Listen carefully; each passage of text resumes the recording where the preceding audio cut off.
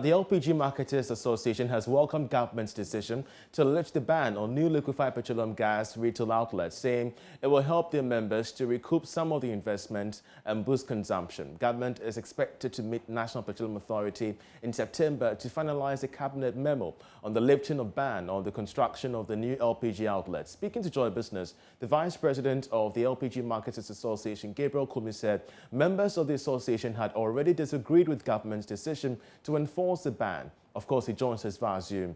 We're so grateful that he joined us. What will this mean to your association if the ban on new outlets is lifted? That is a very good news to us, because as we are very much aware, a lot of investment has gone down the drain. We have sunk a lot of funds into construction of new LPG stations prior to the atomic incident, after which government came up with a ban. As you did indicate, we had disagreed with government respectfully that we were in the process of constructing these stations, over 100 of these stations, before the ban, the atomic incident happened. One would have expected that those which were already under construction, those which had already been given permits by constitutionally mandated bodies, are allowed to continue to operate. We would have gone with government. Government has said at the time that MPA should not give new licenses to our members, but we should allow those which are already in construction to get completed.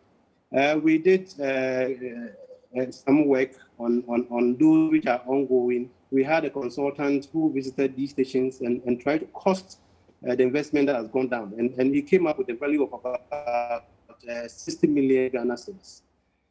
So for the past few years, we have been pressing on government to allow us to complete these stations so that we can recoup the investment that our members have made into these outlets.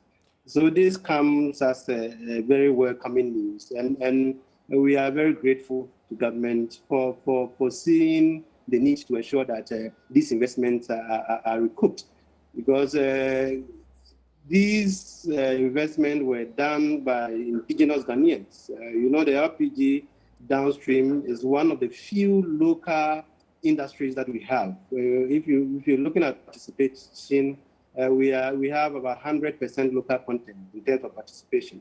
So these are Ghanaians who have invested. So there's the need for us to ensure that this investment does not go down the drain. All right, but moving forward, Gabriel, within our government will be meeting with the MPA in September to finalize this development. What's your expectation out of this meeting? Yes, we have already submitted our proposal to the MPA and to the ministry, and we have listed all these stations which are scattered across the country in these proposals, and our expectation that government will lift that ban. We are not saying government should completely lift the ban on construction of LPG, but we are saying that those which are already in construction, those which have been given permit by constitutionally mandated bodies like the MPA itself, the Environmental Protection Agency, Fire Service, all these bodies have given us those permits to construct. And we were in the process somewhere at 50% complete, 60, 70, 80% complete. Others were even 99% complete. And then atomic came, and then we all had to stop. You know, some of these investments were also done by borrowed funds. So you can imagine the kind of pressure that are on our members. But having said that, we are very confident that the new MPA boss, he's taking the right steps, he's pressing the right knobs. We've had some very fruitful meetings with him. We are going to cooperate fully with him to ensure that this ban is lifted so that we can recoup this investment, so we can create more jobs for Ghanaians, so we can deepen the penetration of LPG in Ghana, so we can stop further drying up of our rivers, we can save our environment, and at the end of the day, save Mother Ghana. So even if you have your expectations so high, Gabriel, I want to end on this question. So what's going to be the future of the sale of LPG, the entire market going forward, especially when this meeting is going to help curb issues regarding safety? Government is coming up with a cylinder recirculation model. As I did indicate, the MPA boss he wrote to us to present the proposal to him as how as industry players, we want this to be done, and we have done that. Mind you, the cylinder recirculation program requires that you have cylinder exchange points. And these outlets would still be used as cylinder exchange points when government eventually succeed in implementing that policy. So by lifting this ban does not mean that whatever policy government wants to implement will be stalled. That's not the point.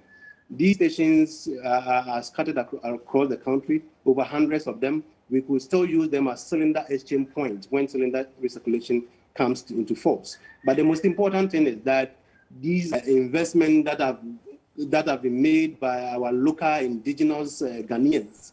I mean, we are always talking about trying to grow the indigenous businessmen, trying to grow indigenous industries. And as I did indicate, LPG industry is one of the few local industries that we have.